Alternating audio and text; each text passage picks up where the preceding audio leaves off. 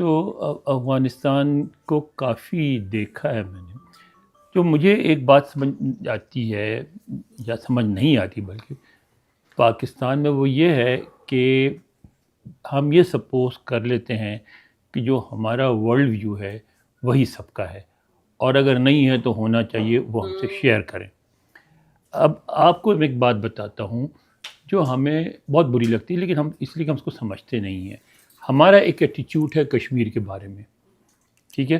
اکثریت پاکستان میں بہت بھاری اکثریت اس بات پہ بلیو کرتی ہے کہ کشمیر ہمارا ہے اور ہمیں ملنا چاہیے.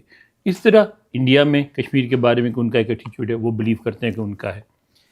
اسی طرح جب افغانستان جائیں، مثلا میں یہاں ایک ہوتے تھے national security adviser McMaster general تھے، ان کا انٹرویو کرنے میں بیٹھا ہوا تھا، تو ایک افغان اینکر آئی تھی، نیلوفر نام تھا اس کا. تو اس نے کہا کہ بھئی اب پاکستان ہمارے ساتھ بہت زیادتی کر رہا ہے، ٹھیک ہے، اور یہ کیا وہ کیا. تو میں نے کہا نہیں، آپ بالکل صحیح کہہ رہی ہیں، ہمیں طالبان کی حمایت نہیں کرنی چاہیے اور ہمیں پیچھے ہٹنا چاہیے اس سے، اور افغانوں کو ڈیسائیڈ کرنا چاہیے. وہ کہنے لگی نہیں، صرف یہ مسئلہ نہیں ہے، مسئلہ یہ ہے کہ جو آپ کے جو بلوچستان کے اور اس وقت تو کے پی نہیں تھا، اس وقت این ڈبلیو ایف پی تھا، اس کے جو بعض علاقے ہیں ان پہ بھی ہمارا دعویٰ ہے. اور اچھا، جب تک میں افغانستان نہیں گیا تھا میں اس بات کو نہیں سمجھتا تھا کہ افغان بیمانی سے نہیں، بدماشی سے نہیں، پوری سنسیئرٹی کے ساتھ اس بات پہ بلیو کرتے ہیں کہ ان علاقوں پہ ان کا دعویٰ ہے، یعنی ان کا ایک پرسپیکٹیو ہے، ٹھیک ہے. اب آپ کو ہوتا ہی ہے کہ جب کسی کا کوئی پرسپیکٹیو ہو، وہ ایک فیتھ جیسا ہوتا ہے، اس کو آپ یہ نہیں کہہ سکتے کہ بس یہ ٹوٹلی بس ہم نہیں مانتے. آپ یہ مان کے چلتے ہیں کہ یہ میرا پرسپیکٹیو ہے، یہ آپ کا پرسپیکٹیو ہے، اب اور بات کریں. تو ہم جب افغانوں سے ڈیل کرتے ہیں تو ہم کبھی افغانوں کے پرسپیکٹیو کو جاننے کی کوشش نہیں کرتے. ہم یہ نہیں سمجھتے کہ وہ کیسا سوچتے ہیں ہمارے بارے میں اور کیوں سوچتے ہیں اور اس کا ہسٹوریکل بیک گراؤنڈ کیا ہے، اور ہم اپنے جس لمحے میں رہ رہے ہوتے ہیں اور اپنی سوچ کے حساب سے ہم اس کو آئیڈینٹیفائی کرتے ہیں. میں بہت حیران ہوا جب طالبان کی تنظیم بن رہی تھی، تو میں کارزئی صاحب تھے اس وقت، ایک تھے پیر گیلانی صاحب جو ان کے لیڈر تھے، اور ان کے ساتھ میں گیا تھا. کارزئی صاحب بھی ہمارے ساتھ تھے قندھار. تو وہاں یہ بالکل سارے مذہبی لوگ تھے، اور ان کی تقریب میں گیا گورنر ہاؤس قندھار میں. تو وہاں وہ تقریر میں مولوی حضرات کی بات کر رہا ہوں میں، لبرل لوگوں کی تو ہے، وہ افغان نیشنلسٹ ہوتے ہیں.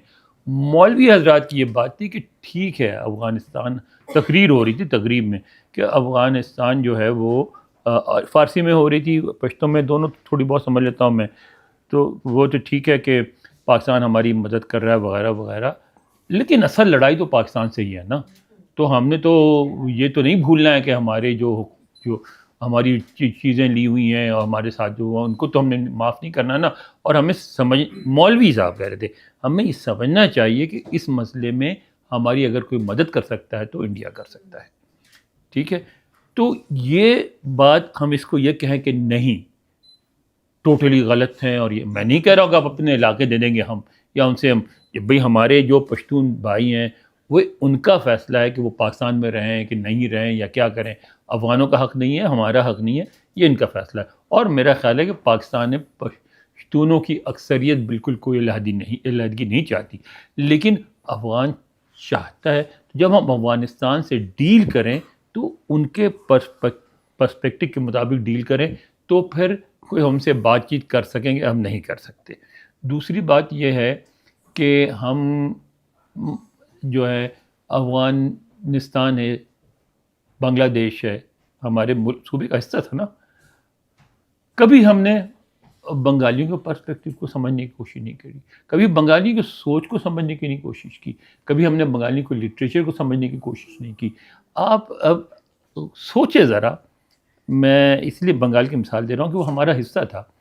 آپ یہ سوچیں کہ آپ سے یہ کہا جائے کسی اردو بولنے والے کو کہ بھئی ریڈیو پاکستان پہ غالب بین ہے، نہیں آ سکتا غالب، تو آپ کیسا فیل کریں گے؟ ٹھیک ہے. اب ٹیگور جو ہے بنگالی کے لیے ریڈیو وہ غالب سے بڑا شاعر ہے، ٹھیک ہے، اس میں وہ جان دیتے ہیں. اس کی زبان اس نے بنائی ہے, اور اس پہ ہم نے پابندی لگا دی تھی کہ ایسٹ پاکستان ریڈیو پہ, اور ٹی وی بھی نیا نیا بنا تھا 60s میں, اس پہ ٹیگور نہیں آ سکتا, ٹیگور کی کوئی نظم نہیں آتی تھی, پاکستان میں نہیں چل سکتی تھی.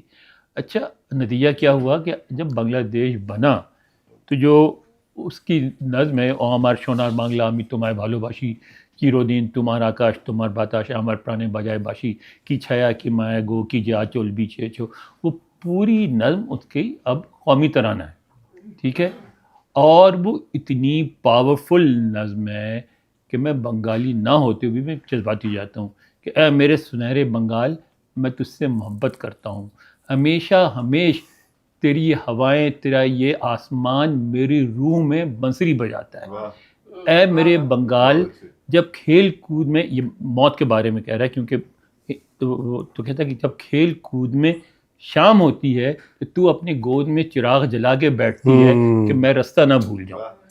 اب آپ ایسی نظم کو کیسے بیان کر سکتے یار, کیا سوچا تھا آپ نے؟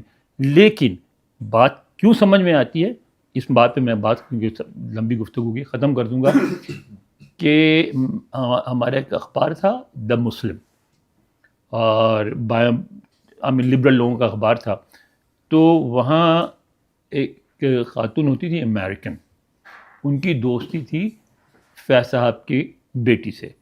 ان کو فیض صاحب نے اپنی نظم لکھ کے اپنی بیٹی کو بھیجی, میرے دل میرے مسافر. اس وقت پاکستان میں چرچا ہو گیا تھا نظم کا, کسی اخبار میں نہیں چھپی تھی, ادبی رسالوں میں چھپی ہو. تو ہمارے ہاں بہت مشہور لیفٹ کے ایک صحافی تھے ایرک سپرین, تو وہ اس نے را کے کیرن برن نام تھا اس کا, اس نے کہا Anwar I think this is something that you would be interested in. میں نے دیکھا, میں نے کہا آف کورس وی آر.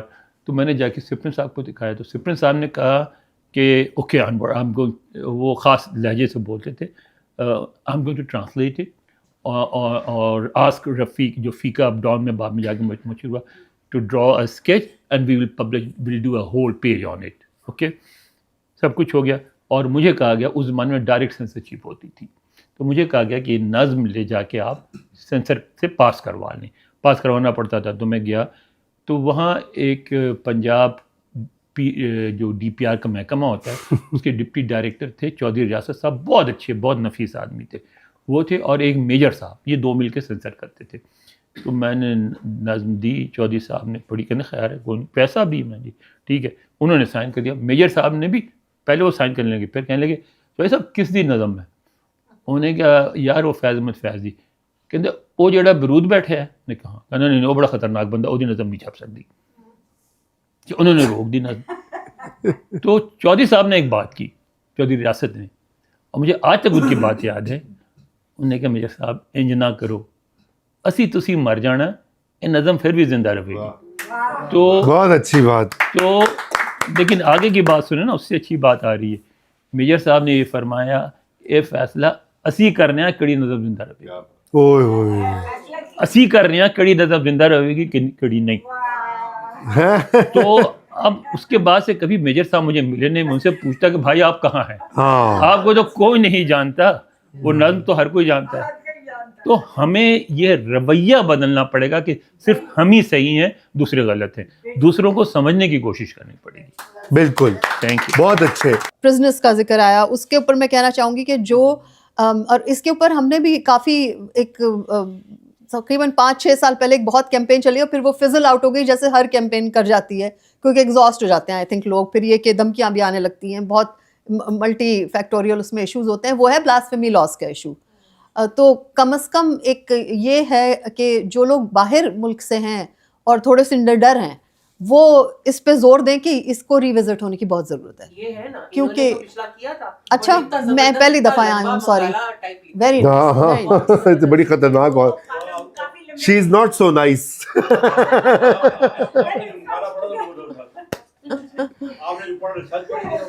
بہت اچھی ڈاکٹر بونا, تھینک یو. یہ آپ نے بہت اچھی, انہوں نے پہلے ہم نے جنید حفیظ کا بھی کیا تھا, آپ یہ کچھ مہینے پہلے, اور پھر ہم نے یہ پورا بلاسفیمی لاز پہ کیا تھا, ماروی نے بھی اس پہ بات کی تھی, اور ڈاکٹر غزالہ قاضی نے پچھلے 10-15 سال میں جو واقعات ہوئے تھے اس کی انہوں نے ڈاکیومنٹیشن کی تھی. اچھا. اور وہ آپ دوبارہ سنتے ہیں تو آپ کو یقین نہیں آتا کہ اتنا کچھ کرسچنز پہ، شیعہ پہ، سنیوں پہ، ہندوؤں پہ، احمدیوں پہ.